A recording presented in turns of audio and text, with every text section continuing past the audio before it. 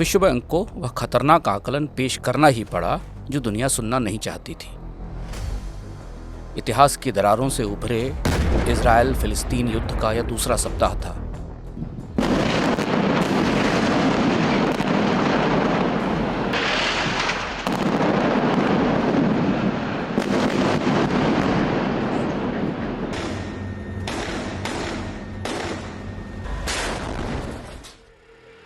America और Britain के नेता इजराइल हो आए थे। इजराइल को पश्चिम का समर्थन है। गाजा पर इजराइल के बम बरस रहे थे। अरब के देश शांत थे, मगर तेल बाजार खौलने के मुकाम पर पहुंच गया था। तेल की बिक्री पर वार प्रीमियम आ चुका था। यानी अगर युद्ध और भड़का तो तेल में महंगाई की आग लगेगी। इसी बीच विश्व बैंक ने कह दिया कि अगर अरब देश इजराइल के खिलाफ एकजुट होते हैं, यानी 1973 दोहराया जाता है, तो कच्चे तेल की कीमत $150 प्रति बैरल से ऊपर निकल जाएगी। $150 प्रति बैरल, ऐसा कभी नहीं हुआ। तेल की आखिरी सबसे ऊंची मंजिल $148 पर बैरल की थी, जो 2008 में आई थी। विश्व बैंक ने ऐसा क्यों कहा? 1973 की याद क्यों की जा रही है, जब अरब मुल्कों ने मिलकर अमेरिका को तेल की सप्लाई रोक दी थी? यह वो मौका था जब अमेरिका की अर्थव्यवस्था घुटनों पर आ गई। अरब देशों ने अपने तेल को हथियार के तौर पर पहली बार इस्तेमाल किया था। दुनिया के इतिहास की सबसे अनोखी घटना का नायक कौन था? हमेशा से भीतर से बिखरे अरब देशों को आखिर किसने अमेरिका पर प्रतिबंध लगाने के लिए बाध्य किया? पलटते हैं इतिहास के पन्ने, खनक उठते हैं किस्सों के सिक्के। तो वो याम किपुर का दिन था, यहूदियों का सबसे पवित्र, सबसे मुबारक दिन। कहते हैं इसी दिन मोजस पर ज्ञान उतरा था। यहूदियों के लिए याम किपुर क्षमा याचना या प्रायश्चित का दिन होता है। 1973 का याम किपुर अक्टूबर में आया था। तब तक इजराइल और अरब के बीच तनाव को 7 साल बीत चुके थे। 1967 में इजराइल की वायुसेना ने 5 जून की सुबह अचानक इजिप्ट और सीरिया के हवाई अड्डों पर हमला बोल दिया। इस ताबड़तोड़ हमले ने इन दोनों देशों की 90% वायुसेना खत्म कर दी। गाजा पट्टी और सिनाई प्रायद्वीप पर इजराइल का कब्जा हो गया। इजराइल की खुफिया एजेंसियों को इसका अनुमान नहीं था कि इजिप्ट और सीरिया उनके सबसे मुबारक दिन पर हमला करेंगे। हमास के ताजा हमले की तरह ही हुआ था 1973 का हमला। वह 6 अक्टूबर 1973 की दोपहर थी, जब अनवर सादात और असद के नेतृत्व में इजिप्ट और सीरिया ने इजराइल पर धावा बोल दिया। हमला बड़ा भीषण था।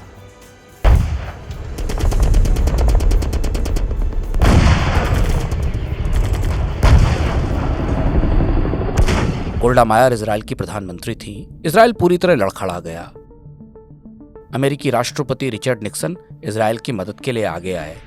इजराइल को अमेरिका की मदद पहुंची तो तेल उत्पादक देशों ने एक ऐसा फैसला किया जो अब तक इतिहास में नहीं हुआ। ओपेक देशों ने अमेरिका पर ऑयल एम्बार्गो लगा दिया। अमेरिका को तेल भेजना बंद कर दिया गया। कच्चे तेल की कीमतें खौलने लगीं। अमेरिका में बड़ा ऊर्जा संकट आ गया। महंगाई बेतहाशा बढ़ने लगी। अरब देशों के बीच गहरे मतभेद ऐतिहासिक हैं, मगर इतना बड़ा फैसला हुआ कैसे? किस्सा बड़ा दिलचस्प है। इस फैसले के सूत्रधार थे एक ऐसी कद्दावर शख्सियत जो बेहद रहस्यमय थे। दुनिया में तेल का इतिहास इनके बिना लिखा नहीं जाएगा। केवल एक आदमी अपनी जिंदगी में इतना कुछ इतिहास बना सकता है या बनते हुए देख सकता है, ऐसा कम ही हुआ था। यह थे सऊदी अरब के तेल मंत्री शेख जकी यमनी। एक बार तो उनका अपहरण हो गया, मगर उन्होंने आतंकी को मना लिया और खुद को रिहा करा लिया। ऑयल एम्बार्गो और शेख जकी यमनी का किस्सा बड़ा ही रोचक है। शेख जकी यमनी मक्का में पैदा हुए। उनके वालिद इस्लाम के टीचर थे। वालिद चाहते थे बेटा भी पढ़े लिखे और पढ़ाए, मगर यमनी का रास्ता दूसरा था। यमनी ने कायरो में कानून की पढ़ाई की और फिर हार्वर्ड पढ़ने चले गए। 1960 की शुरुआत में अरब लौटकर उन्होंने एक लॉ फर्म खोल ली और सरकार को सेवाएं देने लगे। सऊदी अरब की सियासत की रवायत के विपरीत यमनी कुछ खास हो गए थे। शहजादा फैसल अरब के अगले सुल्तान थे। यमनी की काबिलियत पर उनकी नज़र पड़ी और 1962 में शेख जकी यमनी सऊदी अरब के तेल मंत्री थे। सऊदी अरब के राजनीतिक इतिहास में यह नियुक्ति सबसे सनसनीखेज थी। आमतौर पर सऊदी अरब में वजीरों के ओहदे सुल्तान के खानदान को मिलते हैं, मगर आम लोगों के बीच आए यमनी तेल जैसे सबसे बड़े महकमे के मंत्री बन जाएंगे, यह अनोखी बात थी। 1960 में ओपेक का गठन हो चुका था। यमनी ने उस वक्त दुनिया के सबसे बड़े तेल उत्पादक का ओहदा संभालते ही ओपेक को अपने नियंत्रण में लेना शुरू कर दिया। यमनी ने सऊदी अरब के तेल उद्योग से अमेरिकी कंपनियों को भगाने की मुहिम शुरू की। इसी बीच उनके दोस्त शाहजादा फैसल 1964 में सऊदी अरब के सुल्तान बन गए। मध्य पूर्व की राजनीति में बड़े भूचाल आ रहे थे। 1967 में इजराइल ने अपने ताबड़तोड़ हमले से सीरिया और इजिप्ट को दहला दिया था। उस वक्त जकी यमनी ने पहली बार तेल को हथियार के तौर पर इस्तेमाल करने की कोशिश की और तेल की आपूर्ति पर पाबंदियां लगाने की सिफारिश की। वह पहला ऑयल एम्बार्गो था। उन्होंने इजराइल को मदद देने वाले देशों को तेल देना बंद कर दिया, मगर उस वक्त पश्चिमी देशों में पर्याप्त तेल मौजूद था। वेनेजुएला की सप्लाई भी आ रही थी। ईरान भी तब तक बाजार में तेल फेंक रहा था। इसलिए ऑयल एम्बार्गो की पहली कोशिश औंधे मुंह गिरी। फिर आया 1973 का साल, यानी याम किपुर वार। इजिप्ट और सीरिया के हमले ने इजराइल को निढाल कर दिया। अमेरिकी राष्ट्रपति निक्सन इजराइल की मदद के लिए आगे आए। इस बार यमनी पूरी तैयारी से थे। सऊदी सुल्तान फैसल उनके साथ थे। यमनी ने ओपेक देशों को राजी भी किया और धमकाया भी। यमनी ने कहा कि तेल का निर्यात रोकने से जिन देशों को नुकसान होगा उसकी भरपाई सऊदी अरब करेगा, मगर जो अरब मुल्क पश्चिमी देशों को तेल आपूर्ति करेंगे उन्हें सऊदी अरब से सजा के लिए तैयार रहना चाहिए। वह दौर अरब राष्ट्रवाद का था। 17 अक्टूबर 1973 को ऑयल एम्बार्गो का ऐलान हुआ। पश्चिम का तेल बंद। यमनी अपने मकसद में कामयाब रहे। कच्चे तेल की कीमत 4 गुना बढ़ गई। अमेरिका के साथ पश्चिम की कई अर्थव्यवस्थाएं पहले महंगाई में झुलसी और फिर मंदी में धंस गईं। यह दुनिया के इतिहास का पहला ऑयल शॉक था। अमेरिका ने अपने सबसे कामयाब विदेश मंत्री हेनरी किसिंजर को आगे किया। ऑयल एम्बार्गो यानी प्रतिबंध को खत्म करने की वार्ताएं शुरू हुई तो यमनी पूरे ओपेक के प्रतिनिधि बनकर इसमें शामिल हुए। मार्च 1974 में ऑयल एम्बार्गो खत्म हो गया। वक्त के फेर को क्या कहिए, 1979 में जब ईरान संकट के दौरान कच्चे तेल की कीमतों में फिर तेजी आई, उस वक्त तक यमनी और उनका मुल्क सऊदी अरब अमेरिका के दोस्त बन गए थे। तब पूरे ओपेक में सऊदी अकेला देश था जिसने कच्चे तेल की कीमत नहीं बढ़ाई। मगर जकी यमनी के साथ इतिहास यहीं खत्म नहीं हुआ। 1975 का साल सऊदी अरब के लिए अभूतपूर्व था। जकी यमनी के दोस्त और सऊदी सुल्तान फैसल अपने आधुनिक तौर तरीकों के लिए दुनिया में मशहूर हो चुके थे। यह वाकया मार्च के महीने का है। उस वक्त सुल्तान फैसल आम लोगों से मिल रहे थे। वलिदालिक फइन्ननी अदऊकुम अय्युहा अलमुवातिनून जमीअन बिअन तकूनू फी औन हुकूमतिकुम फी तवजीह अल इत्तिजाह सहीह। ठीक इसी दौरान उन्हें गोली मार दी गई। हत्यारा कोई और नहीं बल्कि सुल्तान का भतीजा अब्दुल अजीज अल सऊद था। कहा जाता है कि अल सऊद कट्टरवादी था।